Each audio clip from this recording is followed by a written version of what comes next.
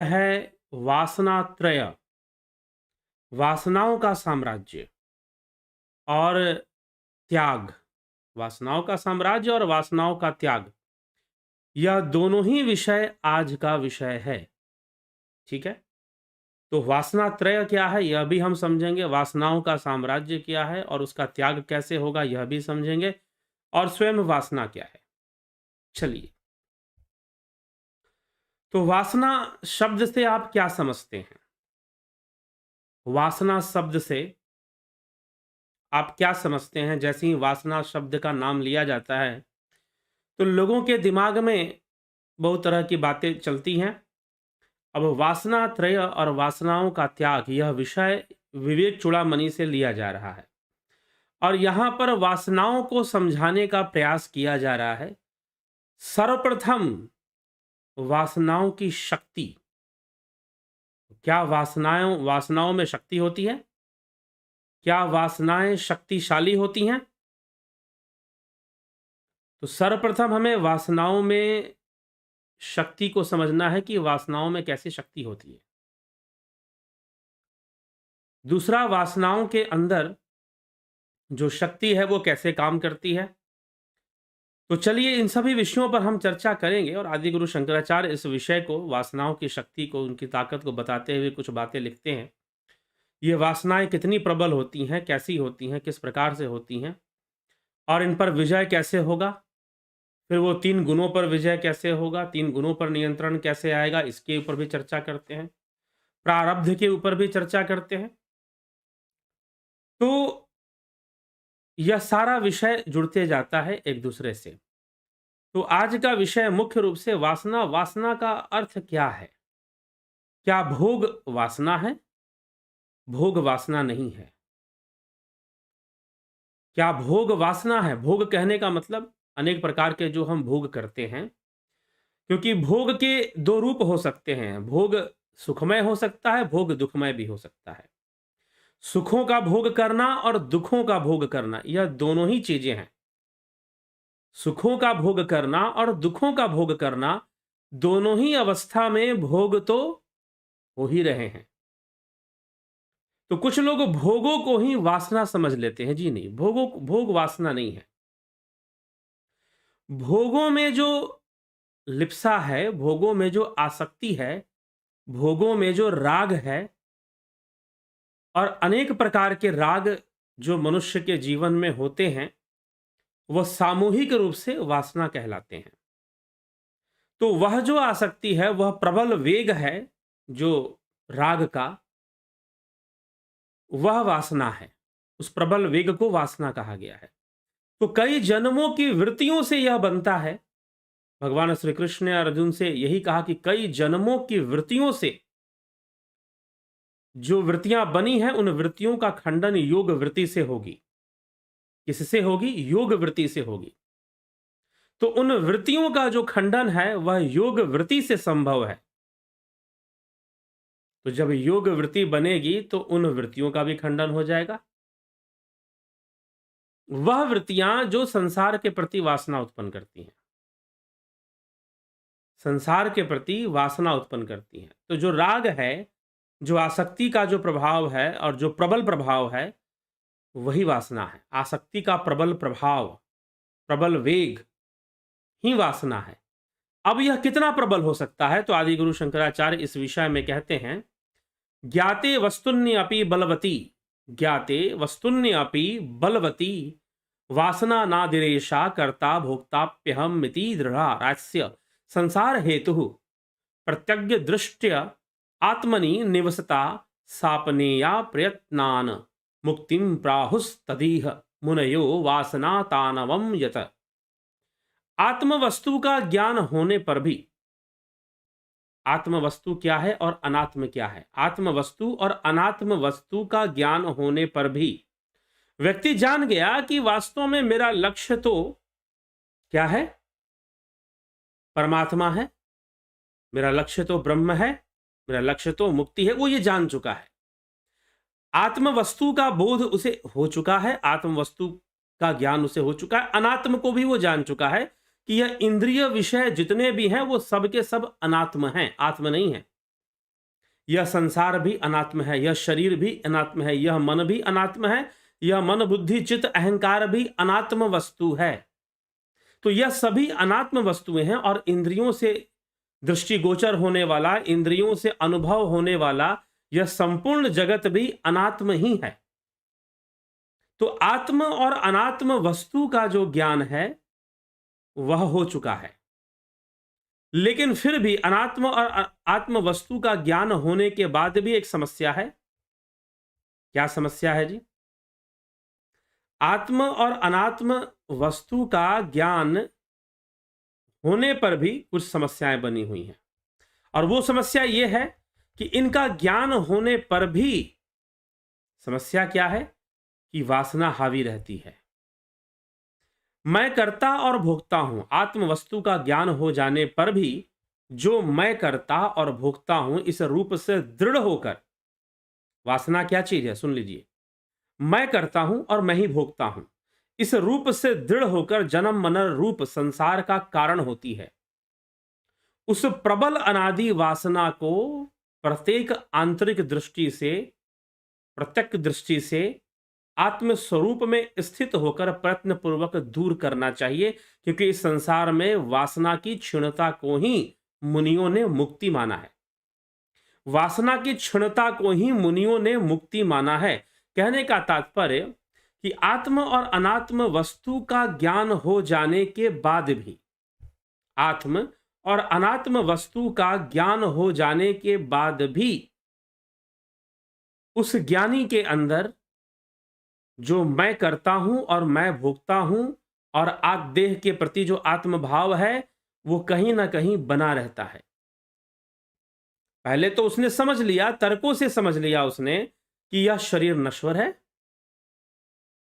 ठीक है, उसने तर्कों से यह बात समझ ली कि यह शरीर नश्वर है और आत्मा ही सत्य है, इंद्रियां भी असत्य हैं, मिथ्या हैं, मन बुद्धि चित्त अहंकार भी मिथ्या है, यह जगत भी मिथ्या है, वह आत्मा ही सत्य है।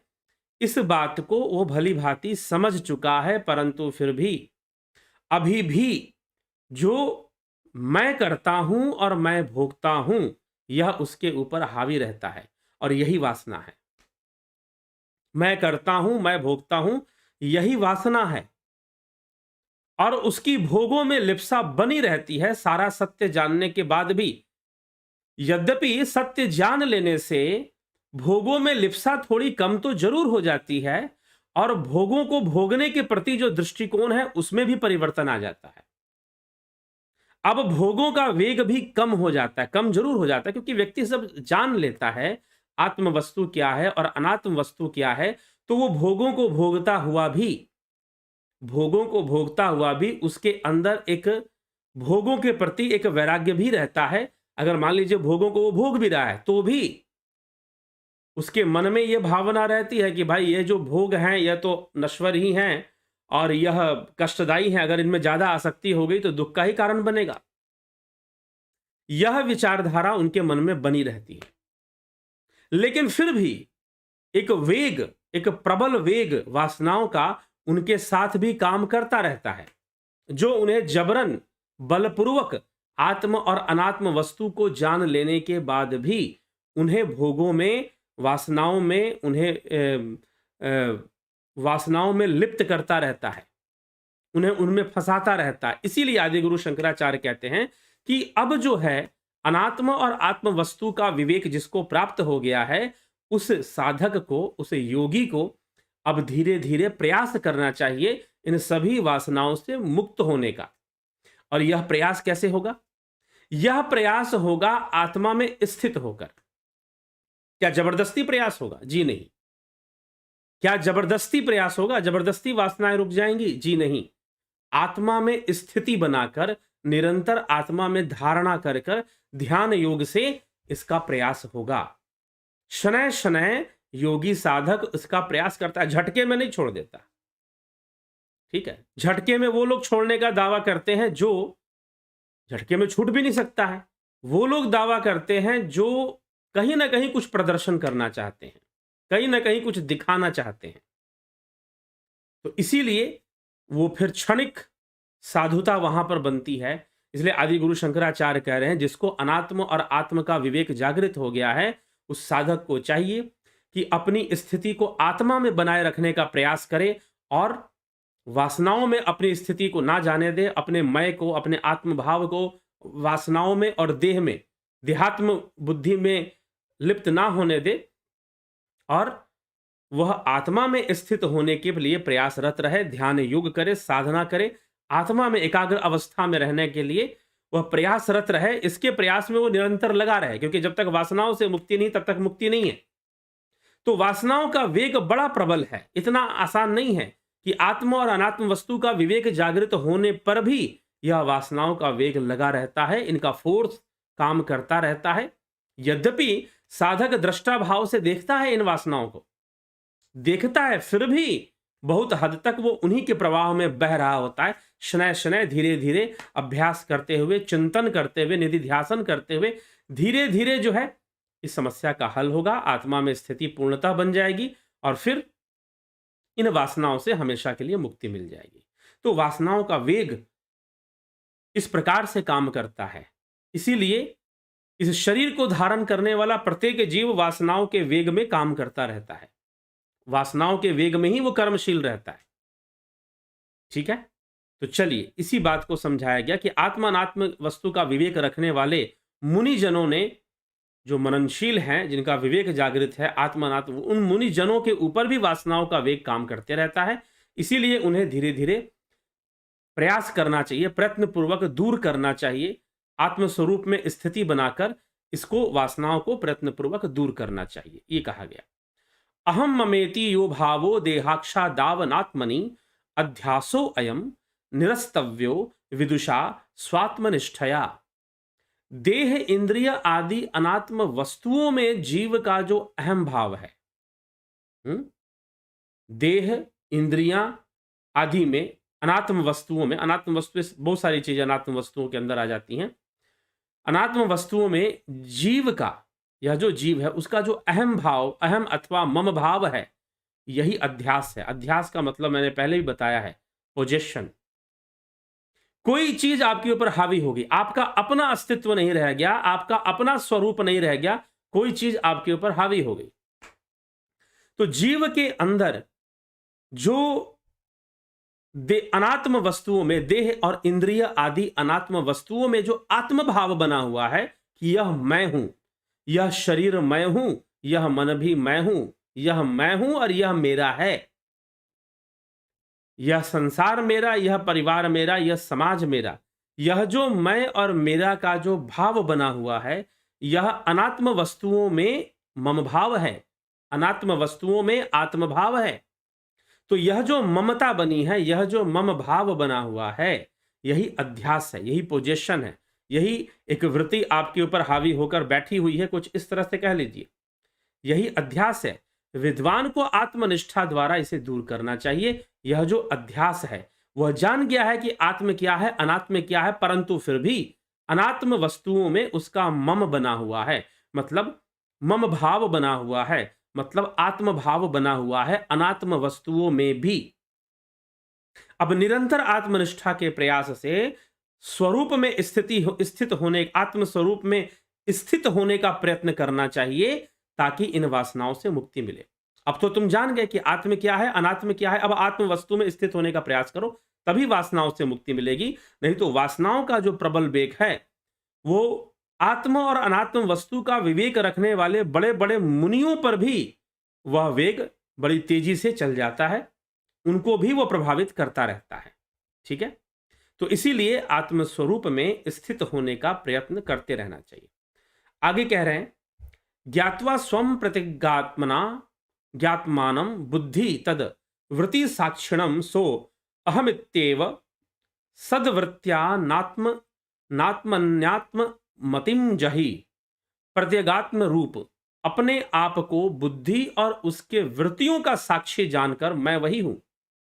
बुद्धि का भी स्वयं को साक्षी मानो, वृत्तियों का भी साक्षी मानो, स्वयं वृत्ति मत हो जाओ, साक्षी मानकर मैं वही हूं, तत्वमसि सो अहम इति एव, सो अहम इति एव, मैं वही हूं, तत्वमसि सो अहम इति एव, यहां पर सो अहम इति एव भी लिखा हुआ है कि मैं वही हूं। ऐसी समीचीन वृत्ति से अनात्म वस्तु में फैली हुई आत्मबुद्धि का त्याग करो। अनात्म वस्तु में जो फैली हुई आत्मबुद्धि है, अनात्म वस्तु में जो मम भाव बना हुआ है, उस मम भाव का त्याग कर दो, ऐसा उपदेश यहां पर दिया जा रहा है। ठीक है, उस मम भाव का त्याग कर दो। आगे क्या कहते हैं? आगे कहते हैं और अहम मैं वही हूं ऐसा जानते हुए साक्षी भाव से, बुद्धि को भी साक्षी भाव से देखो, वासनाओं को भी साक्षी भाव से, राग अनुराग इंद्रिय बुद्धि शरीर इन सबको साक्षी भाव से ही देखो और आत्म स्वरूप में स्थित होने का प्रयास करते रहो। ठीक है, लोकानुवर्तनम त्यक्त्वा त्यक्त्वा देहानुवर्तनम शास्त्रानुवर्तनम त्यक्त्वा स्वाध्याय सापनयम कुरु। अब यहां पर वासना त्रय की चर्चा की जा रही है, लोकानुवर्तनम। अब यहां पर देखिए, वासना त्रय से वासना और स्पष्ट होगी, क्योंकि वासना शब्द का प्रयोग करते ही लोगों का मन ज्यादातर जाता है शारीरिक भोगों के प्रति। दैहिक भोग वासना जो है, दैहिक वासनाओं में काम वासना हो गई।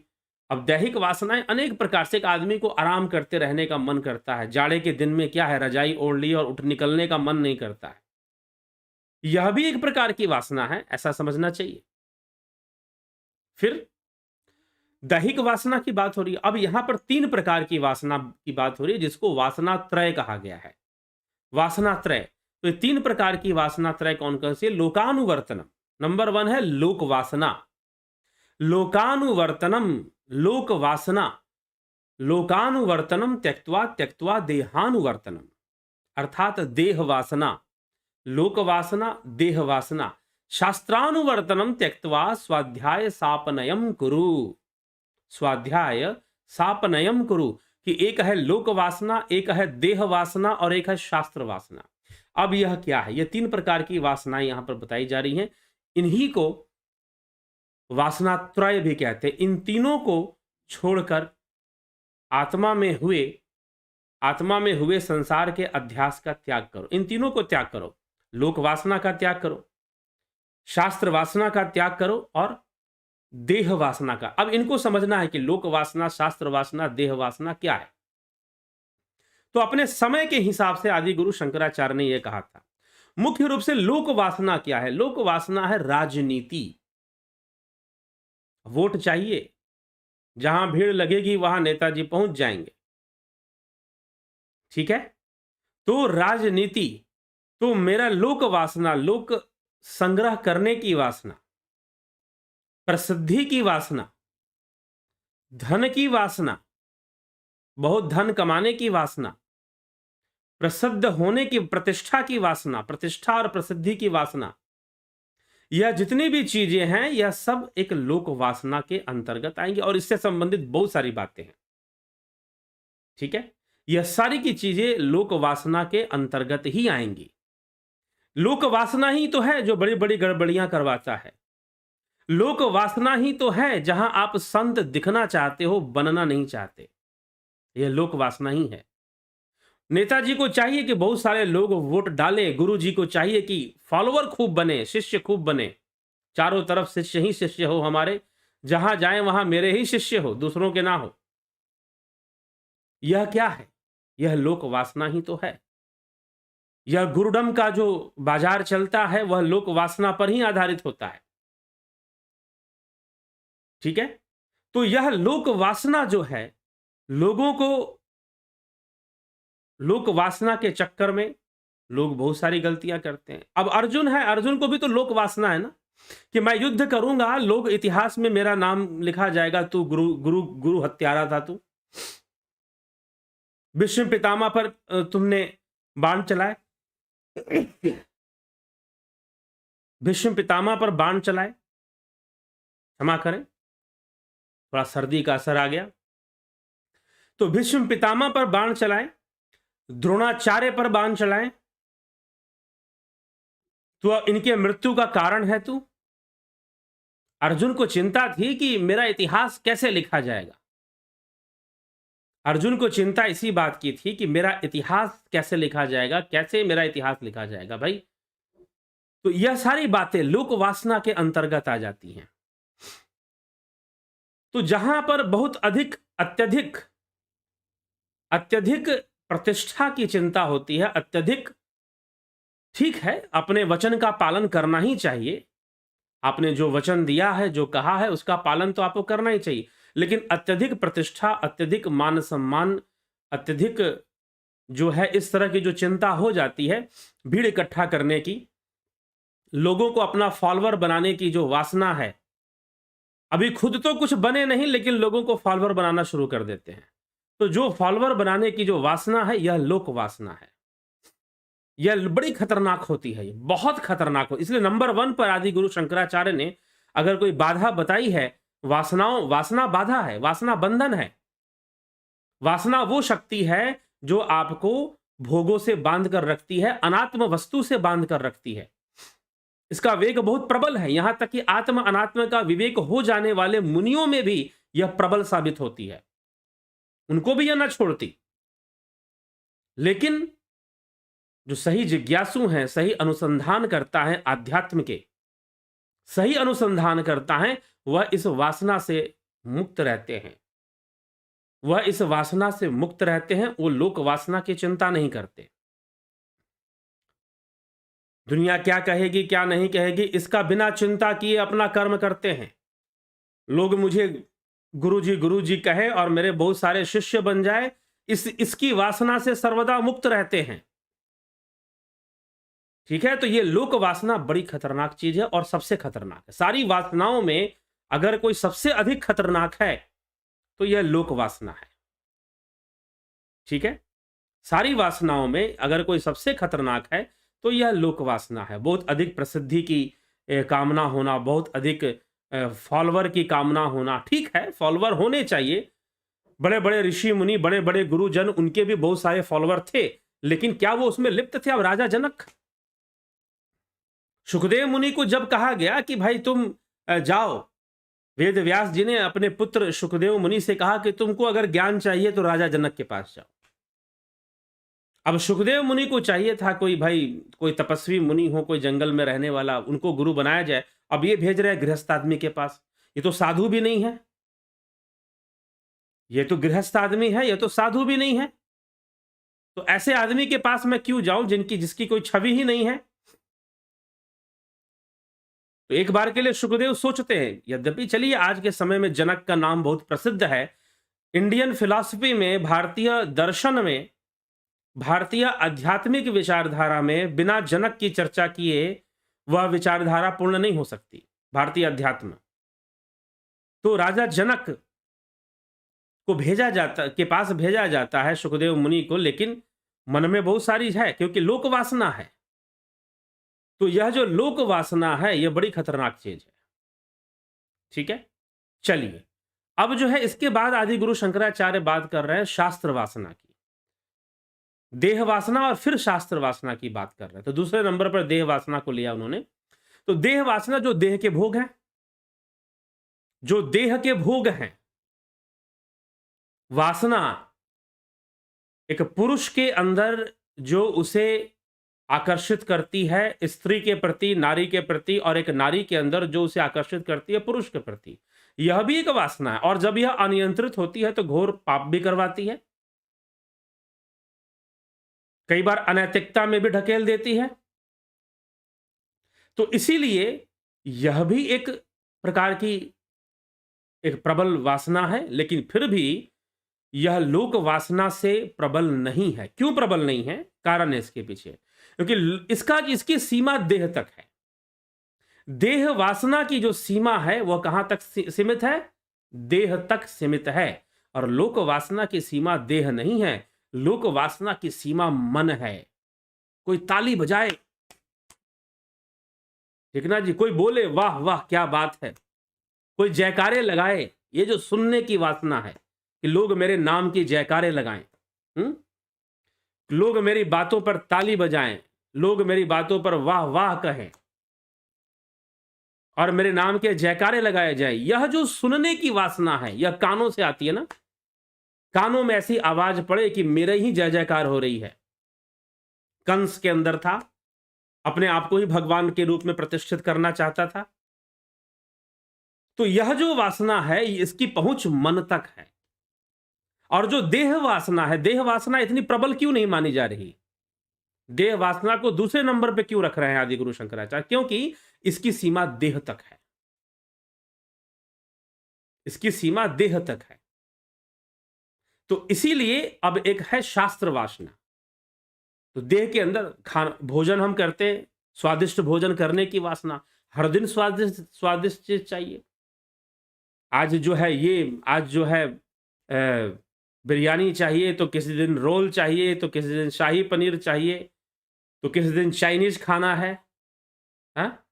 तो किसी दिन कुछ खाना है। मतलब हर दिन आपको कुछ ना कुछ, कभी ऐसा भी खाओ जिसमें स्वाद ना हो, सादा सा भी कुछ खा लो,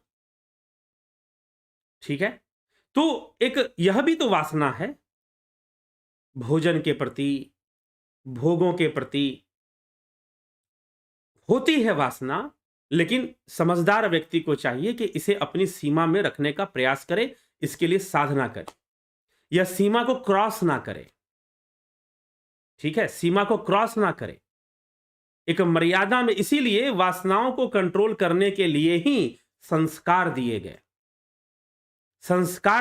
संस्कारित किया गया लोगों को, शिक्षा देकर, शिक्षित कर कर गुरुकुलों में संस्कार दिए गए, उन्हें संस्कारित किया गया कि भाई संस्कारित हो जाओ, इस तरह से जीवन व्यतीत करो, नहीं तो तुम्हारा जीवन बर्बाद हो जाएगा। तुम वासनाओं में लिप्त रह जाओगे और तुम्हें जो मोक्ष प्राप्त होना चाहिए, जो मुक्ति होनी चाहिए, वो तुम्हें मिलेगी नहीं, दुखी होते रहोगे उल्टा। वासनाएं बुरी चीज हैं। बुरी चीज इसलिए है क्योंकि हमें मुक्ति से तोड़ती हैं, हमें बंधन में डालती हैं। कोई हमें गलत बोलेगा या कोई हमें बदनाम करेगा या कोई हमें सजा देगा, वो एक अलग बात है, लेकिन खुद को हमें बंधन में डाल देती है, ये थोड़ी समस्या आ जाती है। इसीलिए आदि गुरु शंकराचार्य ने इसी के लिए कहा है कि इन वासनाओं को धीरे धीरे आत्म प्रयत्न से, निरंतर प्रयत्न करते हुए धीरे धीरे इनसे मुक्ति मिलनी चाहिए, क्योंकि इनसे मुक्ति होने से ही मुक्ति संभव है, नहीं तो मुक्ति संभव नहीं है। आत्म और अनात्म वस्तु का विवेक हो गया तो भी इनसे मुक्ति संभव नहीं है। इनके हटे बिना मुक्ति संभव नहीं है। इसीलिए इनके वेग के ऊपर एक नियंत्रण हमें लाना चाहिए। ऐसा उपदेश यहां पर देने का प्रयास आदि गुरु शंकराचार्य कर रहे हैं। दूसरा है शास्त्र वासना। तीसरे नंबर पर शास्त्र वासना। अब ये शास्त्र वासना क्या है? शास्त्र वासना क्या है कि लोग तर्क वितर्क में ही अपना जीवन बिता देते हैं। उनको लगता है कि जिस समय आदि गुरु शंकराचार्य हुए, उस समय शास्त्रों का अध्ययन एक धार्मिक कर्म माना जाता था। कि भाई अगर आप, आज भी लोग मानते हैं, आज भी कई लोग देखते हैं, एक व्यक्ति मिले मुझे, बुजुर्ग, उन्होंने कहा कि मैं गीता पढ़ता हूं और इतना इतना अध्याय डेली पढ़ता हूं। तो एक औपचारिक रूप में पूजा के समय गीता पढ़ लेते हैं या कोई ग्रंथ पढ़ लेते हैं, तो कोई जानने की इच्छा नहीं है, तर्क ढूंढ रहे हैं, शास्त्र वासना है ये। तो मात्र शास्त्रों में बने रहना, यह शास्त्र वासना है। ध्यान योग नहीं करना, प्रैक्टिकल को नहीं जानना। अब कई लोग यहीं पे मुझसे प्रश्न करते हैं, सारी बातें तर्क से ही जानना चाहते हैं, वो ध्यान योग कर कर या कुछ प्रैक्टिकल कर कर नहीं जानना चाहते, सारी बातें तर्क से ही समझना चाहते हैं। तो उनके लिए विशेष रूप से आदि गुरु शंकराचार्य ने इसे शास्त्र वासना कह दी है। और तर्क जो होती है, और वो मात्र पढ़ने में, अध्ययन करने में, शास्त्रार्थ करने में, क्योंकि वो शास्त्रार्थ, इस एक और कारण था शास्त्र वासना शब्द का प्रयोग इसलिए भी था क्योंकि शास्त्रार्थ की परंपरा चलती थी उस समय। जिस समय आदि गुरु शंकराचार्य हुए, उस समय शास्त्रार्थ की परंपरा चलती थी, उस समय शास्त्रार्थ हुआ करते थे, ठीक है? तो उन शास्त्राओं के प्रति भी यह एक रजोगुनी वासना, कंपटीशन, एक प्रतिस्पर्धा चलती रहती थी, और उसमें खूब वाहवाही मिलती थी विजेता को, दान भी बहुत मिलता था, डोनेशन फंड भी बहुत मिलता था, और वाहवाही भी बहुत मिलती थी। तो अब ये शास्त्र वासना एक लोगों के अंदर रहती थी। चलो धन तक वो सीमित रहे तो बात अलग है, वैसा कोई उनकी सीमा नहीं है। वास्तव में वाहवाही और शास्त्रार्थ के माध्यम से अपना वर्चस्व कायम करने की कोशिश करना, तो लगभग ये शास्त्र वासना, और उसी में घुसे रहना, मूल तत्व की ओर दृष्टि ना डालकर प्रैक्टिकल साधना, ध्यान योग जो है, निधि ध्यासन आदि जो क्रियाएं हैं उनको उनके ऊपर कोई ध्यान ना देकर मात्र शास्त्रों के ही शब्दों में ही लगे रहना, शब्द जालम महारण्यम चित्त भ्रमण कारणम, उसी में मात्र लगे रहना, यह जो बातें हैं यह शास्त्र वासना के अंतर्गत आ जाती है। तो देह वासना है, शास्त्र वासना है और सबसे बड़ी लोक वासना है। तो इन वासनाओं से मुक्ति मिले, और इसके लिए मुक्ति मिले तो कह देने से अचानक से मुक्ति नहीं मिल जाएगी, यह भी प्रयत्न करना चाहिए। प्रयत्न शब्द का प्रयोग आदि गुरु शंकराचार्य ने कहा कि प्रयत्न करना चाहिए, कोशिश में लगे रहना चाहिए और अपनी स्थिति को आत्म स्वरूप में बनाने में लगे रहना चाहिए। कम से कम हमें एक संस्कारित होकर तो जरूर ही रहना चाहिए, और उसमें एक नियम में चले व्यक्ति तो निश्चय ही बहुत लाभ उठाता है, अपना भी कल्याण करता है और दूसरों का भी कल्याण करता है, दूसरों के भी कल्याण का कारण बन जाता है। तो सबसे अगर अध्यात्म के मार्ग पर सफल होना है, साधना के मार्ग पर, तो लोक वासना से पहले बचना चाहिए। लोक वासना से पहले बचना चाहिए, यह बड़ी सूक्ष्म और बड़ी खतरनाक होती है और बहुत सारी दुविधाएं मन में डाल देती है। लोक वासना नष्ट भी होना चाहिए। अब कई ऐसी घटनाएं हैं, अब ये तो चलिए एक उदाहरण के लिए एक के रूप में ये बातें बताई जा रही है, समझाई जा रही हैं, कही जा रही हैं, लेकिन घटनाएं तो कई हैं और उन घटनाओं में कई चीजें हैं। विश्वामित्र जो थे वह प्रतिस्पर्धा में तपस्या करते थे महर्षि वशिष्ठ से, कहते हैं। तो एक तरफ उनके अंदर लोक वासना थी, ब्रह्म ऋषि बनने की लोक वासना, एक प्रतिस्पर्धा की वासना थी, ये सब सारी चीजें थी। लेकिन जैसे ही मेनका ने उनका तपस्या भंग किया, वहां लोक वासना नष्ट हो गई। विश्वामित्र अपने नजरों में ही झुक गए, अपने नजरों में ही झुक गए, ठीक है। लेकिन एक वासना हावी हो गई जो कि देह वासना थी। मेनका के आते ही विश्वामित्र पर देह वासना तो आ गई, लेकिन लोक वासना का नाश हो गया, लोक वासना नष्ट हो गई, और उस लोक वासना का नष्ट होना ही जरूरी था, वही जरूरी था। इसीलिए कई लोग प्रश्न करते हैं, एक अभी पीछे किसी ने पूछा कि ऐसा क्यों हुआ, जबकि विश्वामित्र तो ब्रह्म ऋषि बनने के लिए तपस्या कर रहे थे, परंतु मेनका ने उनकी तपस्या को भंग कर दिया, फिर भी ब्रह्म ऋषि कहलाए। जी हां, ऐसा ही हुआ था।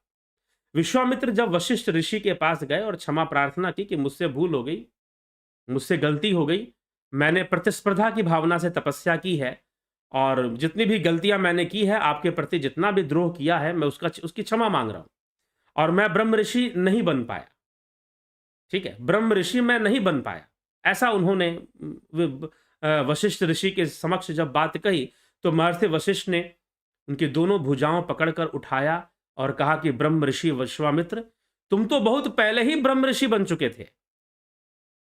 ब्रह्म ऋषि की तपस्या जितनी होनी चाहिए वो तो तुमने बहुत पहले ही पूर्ण कर ली थी, लेकिन तुम्हारे अंदर जो लोक वासना थी, जो अहंकार था, वो कहीं ना कहीं लोक वासना के रूप में ही विद्यमान था, वो खंडित हो गया, वो टूट गया।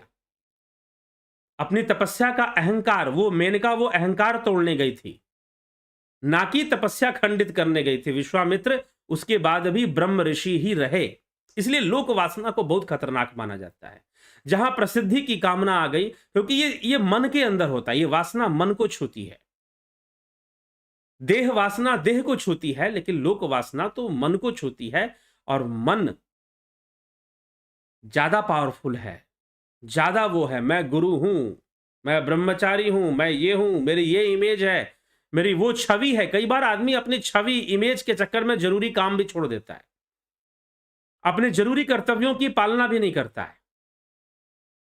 तो लोक वासना, इसको भी समझना है, यह बड़ी खतरनाक चीज है। देह वासना से भी ज्यादा खतरनाक है लोक वासना, ठीक है। तो चलिए आगे क्या कहा जा रहा है उस पर विचार करते हैं।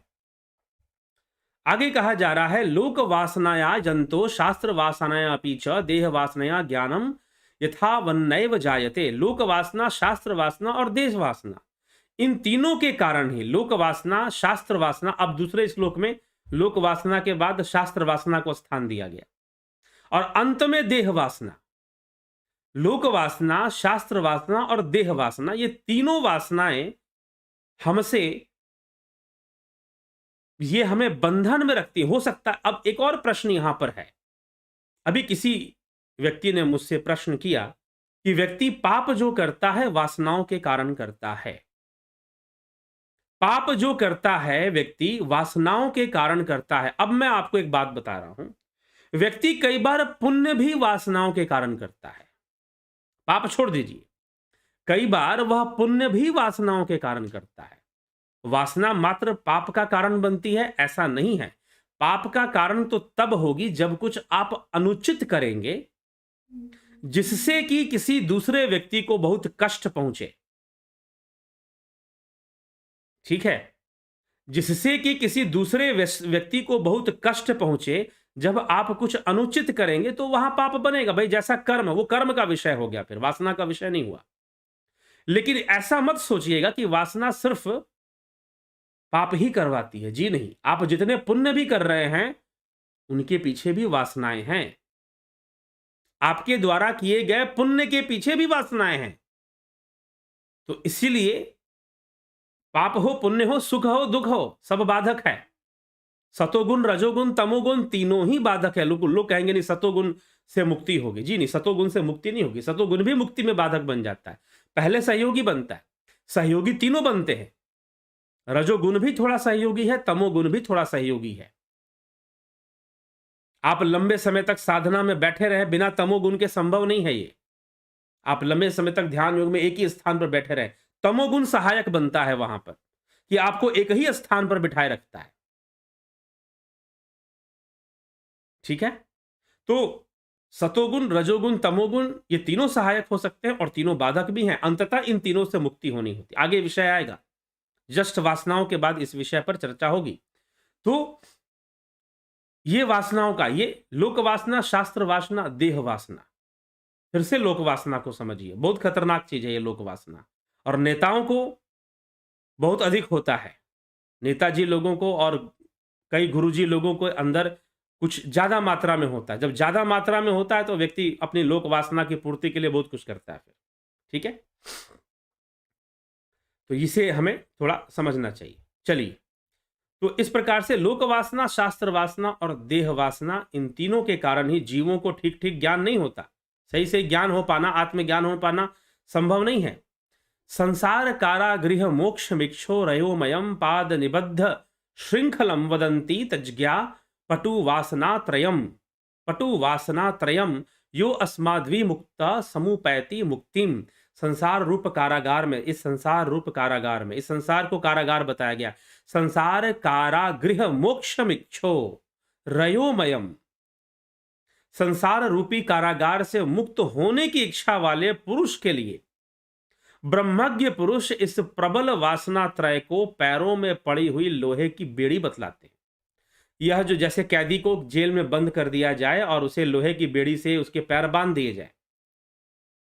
ठीक है, तो ब्रह्मज्ञ पुरुष जो हैं, ब्रह्म को जानने वाले जो पुरुष महापुरुष हैं, वह प्रबल वासना त्रय को, ये जो तीन वासनाएं, वासना त्रय अर्थात लोक वासना, शास्त्र वासना, देह वासना, इनको वासना त्रय कहा गया है। वासना त्रय को पैरों में पड़ी हुई लोहे की बेड़ी बतलाते हैं। ये पैरों में पड़ी हुई लोहे की बेड़ी ये मुक्त होने नहीं देगी। ठीक है, जलादि संपर्क वशात प्रभूत दुर्गंध धूता गरु दिव्य वासना संघर्षणेनैव विभाति सम्यग विधूयमाने सति बाह्य गंधे अंतः श्रितानंत दुरंत वासना धुली विलपता परमात्म वासना प्रज्ञाति संघर्ष नतो विशुद्धा प्रतीयते चंदन गंध वतस्फुटा। अब यहां पर देखिए कुछ विचित्र सी बातें की जा रही है। अब इस श्लोक में मैं इसके अर्थ पर आऊं, इस श्लोक के अर्थ पर आऊं, पहले इसी श्लोक के शब्दों को हम पकड़ते हैं। क्या कहा जा रहा है, कुछ बातें, एक शब्द आया है दुर्गंध धूता गरु दिव्य वासना, एक शब्द आया है दिव्य वासना, फिर आया है अंतःश्रितानंत दुरंत वासना, फिर दुरंत वासना का नाम आया है, फिर आया है धूलि विलिप्ता परमात्म वासना। ये कौन सी बात हुई, दिव्य वासना, दुरंत वासना और अंत में परमात्म वासना। यह परमात्म वासना क्या होती है भैया, यह परमात्म वासना क्या होती है? यह दिव्य वासना, वासना भी दिव्य होती है क्या? क्या वासना भी दिव्य होती है? मैंने कहा ना, एक राग, एक भाव, उस राग का वेग, अनात्म वस्तु में जो राग है, अनात्म वस्तु में जो राग का वेग है, वह वासना है।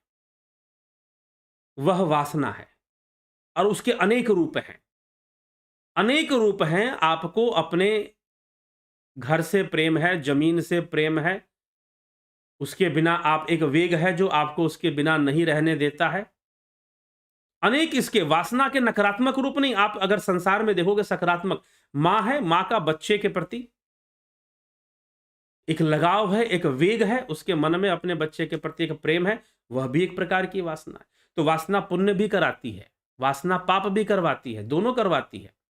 जब अनियंत्रित, अनकंट्रोल्ड वे में काम करेगी तो पाप करवा देगी आपसे, और कंट्रोल्ड वे में काम करेगी तो पुण्य करवाएगी। ठीक है, तो पुण्य भी करवा देती है। अब कौन सी चीज पुण्य, कौन सी चीज पाप, यह कर्म का विषय है। यह कहने का भी विषय नहीं कि फलाना चीज पाप है और फलाना चीज पुण्य है, जी नहीं। ये कहने का भी विषय नहीं है। यह निश्चित करने का विषय नहीं है, कोई व्यक्ति निश्चित करेगा कि ये काम पाप होता है, वो काम पुण्य होता है, जी नहीं। जहां पर किसी जीव को कष्ट पहुंचेगा, आपके कारण कष्ट पहुंचेगा, वहां तो पाप ही बनेगा। जहां पर आप अपनी वासनाओं में ही किसी का भला कर दे, लोग वासनाओं में अपना भला भी कर देते हैं। मान प्रतिष्ठा कमाने में कई लोगों को वो दान पुण्य भी कर देते हैं, करते हैं कि नहीं? तो लोक वासना तो है वहां पर, लेकिन पुण्य भी तो बन रहा है साथ में, साथ में पुण्य भी तो बन रहा है। बात पाप और पुण्य की नहीं है, बात है बंधन की। चाहे पाप बने चाहे पुण्य बने, है तो ये बंधन। चाहे पाप बन जाए चाहे पुण्य बन जाए, है तो ये बंधन ही। ये बात समझनी है। ठीक है, वासनाओं से पाप भी हो सकता है, पुण्य भी हो सकता है, दोनों हो सकता है। ठीक, तो यह लोक वासना, देह वासना जो है, जलादि संपर्क वशाति प्रभु दुर्गंध धूता गरु दिव्य वासना। अब दिव्य वासना की चर्चा हो रही है, दुरंत वासना, परमात्म वासना। ये वासनाएं क्या हैं, इस पे चर्चा करते हैं। जिस प्रकार जल आदि के संसर्गवश अत्यंत दुर्गंध युक्त वस्तु का लेप चढ़ जाने से दबी हुई अगरू की दिव्य सुगंध, अगर जिससे अगरबत्ती बनती है उसमें बहुत सुगंध होती है, अगरू की दिव्य सुगंध, अगर उस पर मिट्टी और पानी मिल जाए तो कीचड़ बन जाएगा, और कीचड़ का लेप चढ़ जाए तो उसका जो सुगंध है वो गायब हो जाएगा, वो नहीं मिलेगा। फिर बाह्य दुर्गंध के दूर होने पर, जब बाह्य दुर्गंध दूर होगा, फिर अच्छी तरह से उसका सुगंध प्रतीत होगा। उसी प्रकार अंतःकरण में स्थित अनंत दुर्वासना रूपी धूलि की ढकी हुई परमात्म वासना बुद्धि के अत्यंत संघर्ष से शुद्ध होकर चंदन की गंध के समान स्पष्ट प्रतीत होने लग जाती है। ठीक है, अब यह दिव्य वासना और परमात्म वासना की मुक्त होने की भी एक वासना है। जीव के अंदर मुक्ति की भी एक वासना, नहीं तो उसके अंदर मुमुक्षुता तो होती ही नहीं बिल्कुल। ठीक है, वासनाओं में, सांसारिक वासनाओं में लिप्त होते हुए भी कई लोगों के अंदर इन सबसे मुक्ति होने की एक कामना होती है। यह जो मुक्ति प्राप्त करने की कामना है, यही परमात्म वासना है। लेकिन ये छुपी हुई है। क्यों छुपी हुई है? क्योंकि ऊपर से अनात्म वस्तुओं की वासना हावी है, देह वासना हावी है, लोक वासना हावी है, शास्त्र वासना हावी है। ये वासनाएं हावी हैं, इस कारण से जो परमात्म वासना है वो दबी हुई है हमारे अंदर। ईश्वर को प्राप्त करने की तीव्र इच्छा मनुष्य के अंदर है, परमात्म वस्तु को जानने की तीव्र इच्छा मनुष्य के अंदर है, परंतु वह अनात्म वस्तुओं के प्रति जो वासनाएं हैं उसमें दबी हुई है, उसमें दबी हुई है।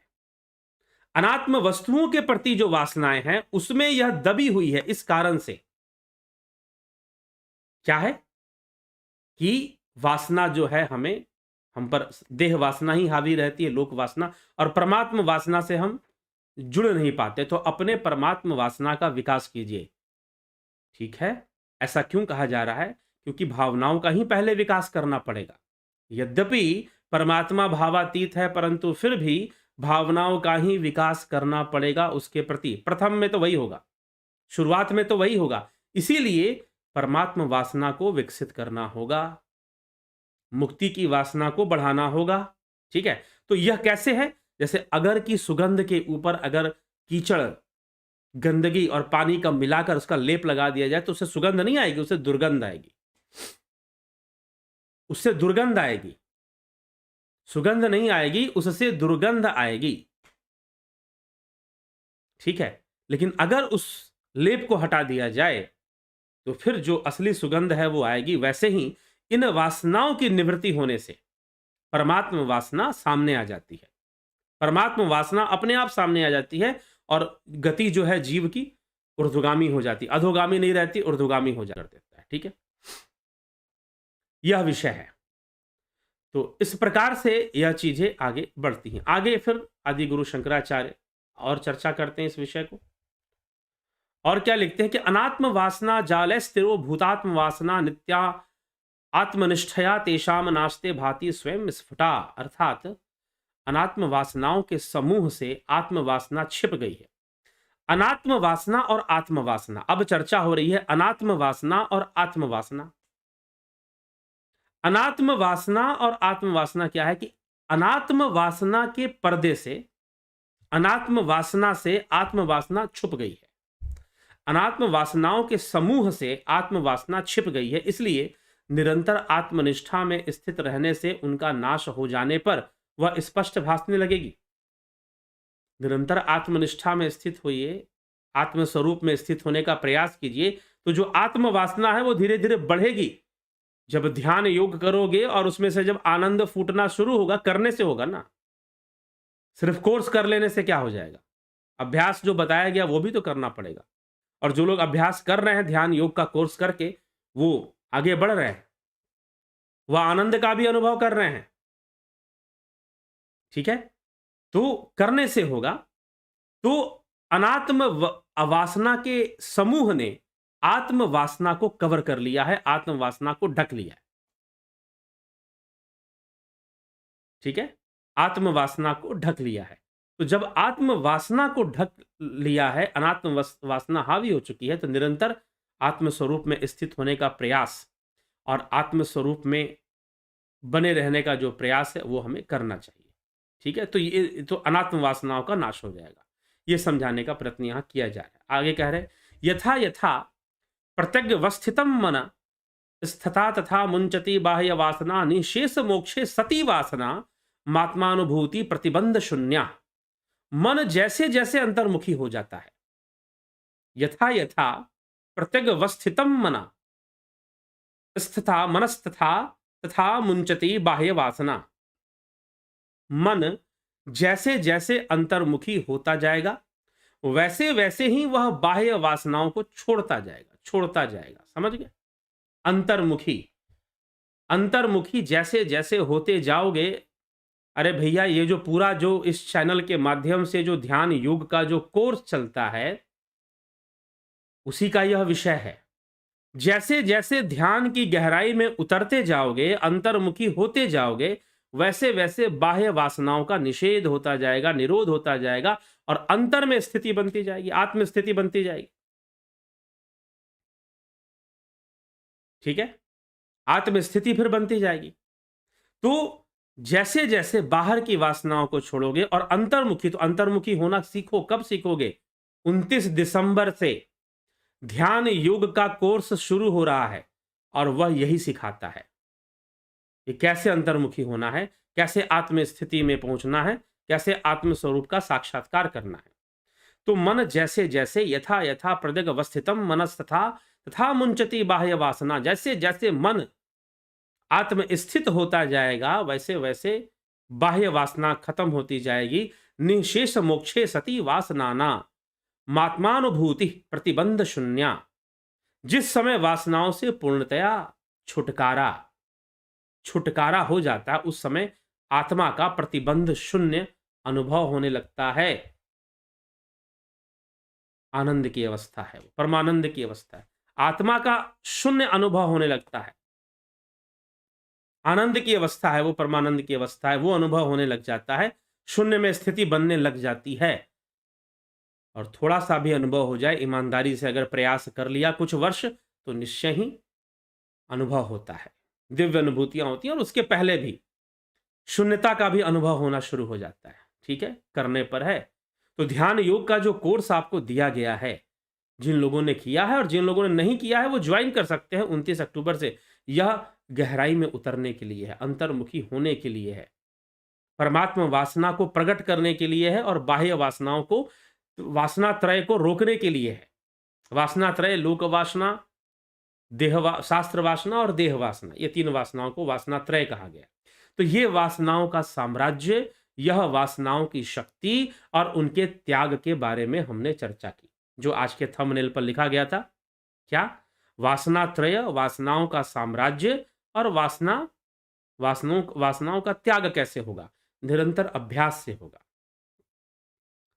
अर्जुन का प्रश्न था, चंचलम ही मना कृष्ण प्रमाथि बलवदृढ़ तस्याहम निग्रह मन्ये वायुरेव सुदुष्करम, कि हे श्री कृष्ण, यह मन अति चंचल है, इसका निग्रह तो अत्यंत दुष्कर है, इसका निग्रह करना तो वायु के समान है, वायुरेव दुष्करम। जैसे वायु का निग्रह नहीं हो सकता, वैसे मन का कैसे होगा? तो श्री कृष्ण उत्तर देते हैं, असंशयम महाबाहो मनो दुर्निग्रहम चलम। इसमें कोई संशय नहीं है अर्जुन कि मन अत्यंत चंचल है। असंशयम महाबाहो मनो दुर्निग्रहम चलम, मन का निग्रह अत्यंत ही कठिन है, इसमें कोई संशय नहीं है। अभ्यासेन तू कौन्तेय वैराग्येन च गृह्यते, कि तुझे अभ्यास और वैराग्य का सहारा लेना चाहिए। ठीक है, प्रैक्टिस। ध्यान योग टेक्निक है, विधि है, शास्त्र सम्मत युक्ति है, जिससे कि आप ध्यान की गहराई में उतरो और इन वासनाओं से अपनी मुक्ति कर सको। आवश्यकता करने की है, बताया जा रहा है, वह युक्ति दी जा रही है। जिन लोगों ने भी किया है अब तक, जितने लोगों ने, सैकड़ों लोगों ने इस कोर्स को किया है, अभी संख्या हजारों तक नहीं पहुंची इसलिए मैं हजारों नहीं कह सकता, सैकड़ों लोगों ने जरूर किया है, तो इस कोर्स का लाभ उठाया है, तो लाभ उठाया है, बहुत कुछ अनुभूति प्राप्त की है और आत्म स्थिति की ओर वो बढ़ रहे हैं, आत्मस्वरूप में स्थित हो पाए, इसके लिए जो भी अभ्यास कर रहा है वो बढ़ रहा है। और सबसे बड़ी बात क्या है? ध्यान योग का जो अभ्यास है, ये सभी अभ्यास, चलिए मुक्ति होगी, आत्मस्थिति बनेगी, आत्मस्वरूप में स्थित हो जाएंगे, ठीक है, बहुत अच्छी बात है, यह तो होगा ही, परंतु आपको अपने वर्तमान जीवन में और जो वर्तमान जीवन की समस्याएं हैं उनको सुलझाने में भी बहुत बड़ी सहायता मिलनी शुरू हो जाती है। बहुत बड़ी सहायता मिलनी शुरू हो जाती है। किससे? ध्यान योग के अभ्यास से। ध्यान योग के अभ्यास से बहुत बड़ी सहायता मिलनी शुरू हो जाती है। ठीक है, ध्यान योग करने से। इसीलिए वर्तमान जीवन की जो समस्याएं हैं, जैसे कि आपके टाइम मैनेजमेंट से समस्या होगी, परिवार से, रिलेशनशिप से, परिवार में समस्याएं, रिलेशनशिप में प्रॉब्लम्स, और कई तरह की जो हमारे जीवन में आने वाली जो समस्याएं, हमारे मन से बहुत सारी समस्याएं, आधी से ज्यादा समस्याएं तो लोगों की सिर्फ मानसिक होती हैं, मन के कारण होती हैं। तो मन से बनने वाली अनेकों समस्याएं हैं, उन सभी समस्याओं का निदान पहले मिलना शुरू हो जाता है, हम सही से जीवन जीना शुरू कर देते हैं, वाणी पर नियंत्रण आता है। अगर अच्छा ध्यान योग करेंगे, अच्छे से ध्यान योग करेंगे, तो अपनी संवेदनाओं पर नियंत्रण आना शुरू हो जाता है, हमारे जो रिएक्शंस हैं उन पर कंट्रोल आना शुरू हो जाता है, एक स्थिरता की अवस्था हमेशा बनी रहती है। ठीक, तो इसीलिए जरूर, जिन्होंने नहीं ज्वाइन किया है, ध्यान योग का कोर्स 29 तारीख से शुरू होगा, उसे कृपया ज्वाइन कर ले। ठीक है, चलिए आगे चलते हैं। और ध्यान योग का कोर्स जिनको ज्वाइन करना है, अगर उनको नंबर चाहिए तो वो इस नंबर पर वह कांटेक्ट करेंगे।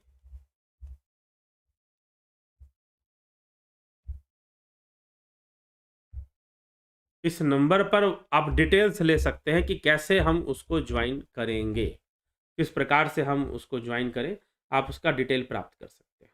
ठीक है, तो चलिए आगे चलते हैं, आपके कमेंट टिप्पणियों पर चलते हैं।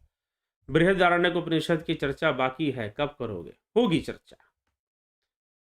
मृत्यु के बाद जीव स्वर्ग या नरक योनि में जाता, देखिए मूल रूप से जो उपनिषद हैं, बृहद आरण्यक उससे अलग विचारधारा नहीं रखता।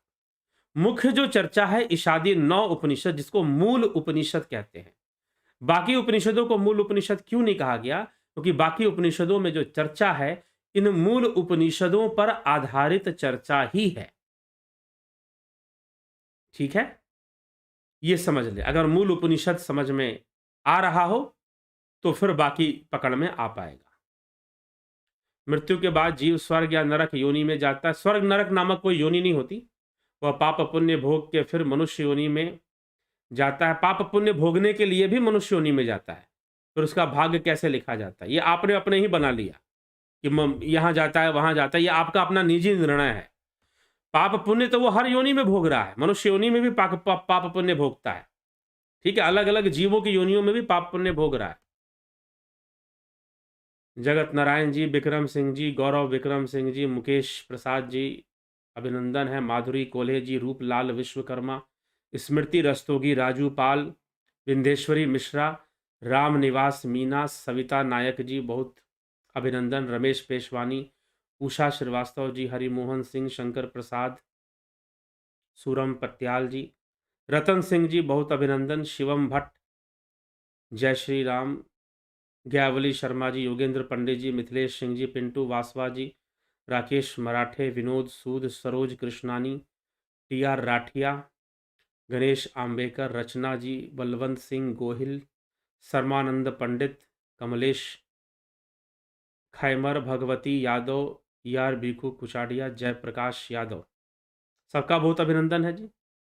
भोगों को धारण करने वाला भगवान है। भगों को तो भाग क्या है समझाने की, भाग की चर्चा हो चुकी है। 6 भगों की चर्चा चैनल पर कई बार हमने यहाँ पर की है, आप उन वीडियोस को देखिए, क्योंकि अभी चर्चा करेंगे तो फिर लंबा समय निकलेगा उसमें। फिर तो करें आप चर्चा। 6 भग होते हैं, ऐश्वर्य होता है, सौम्यता होती है, कीर्ति होती है उसमें, ठीक है, ब्रह्मचर्य होता है। इस प्रकार से 6 भग हुआ करते हैं।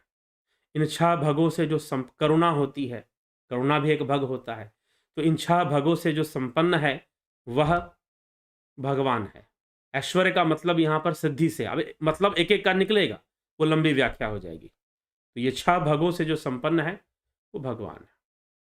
किरीट साजी, आज के स्वाध्याय में जो समीचीन शब्द का अर्थ विशेष रूप से समझाने की क्रिया करें। हो गया। बबीता धीमान जी, मुकेश प्रसाद जी, गौरव त्यागी जी, किसी की मृत्यु के बाद जो 1.25 लाख गायत्री कराई जाती है, क्या वह उस जीव आत्मा तक पहुंचती है? जी, उसका प्रभाव पहुंचेगा। आपने, अगर वो आपके परिवार का है, उससे आपका भावनात्मक संबंध है, और अगर परिवार का है तो कर्म संबंध भी है, तो आप जो भी साधना करेंगे उसका अंश सब उसके पास पहुंचेगा, ऐसा नहीं है।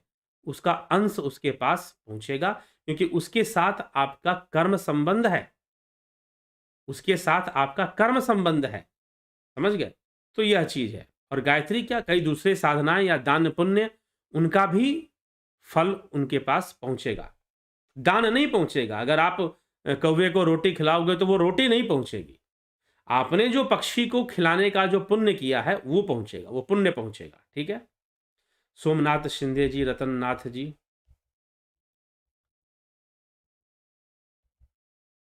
जयंती भाई पटेल, मुकेश प्रसाद जी, स्मिता सावंत, SKM, AK भट्ट, ओम क्या है? उ दो स्वर और माँ एक व्यंजन है। यहाँ पर माँ व्यंजन नहीं है। हाँ, जब हम उसको काट कर लिखते हैं, वास्तव में वो ओम अंग की मात्रा है। जब ओम लिखा जाता है तो उसमें माँ आता नहीं है, माँ का उच्चारण नहीं होता।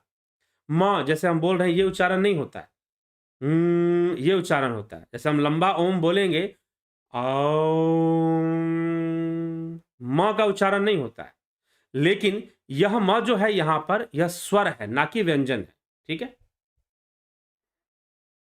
आप उच्चारण सही से करेंगे तब ये स्पष्ट होगा। जो उद्गीत का उच्चारण जो होता है उसमें स्वर ही होता है, अंग की मात्रा होती है, बिंदु होती है, जो कि चंद्र बिंदु आप लगाते हैं ना, ओम लिखते हैं उसके ऊपर चंद्र बिंदु लगाते हैं, तो वह जो चंद्र बिंदु है उसका उच्चारण होता है अंत में।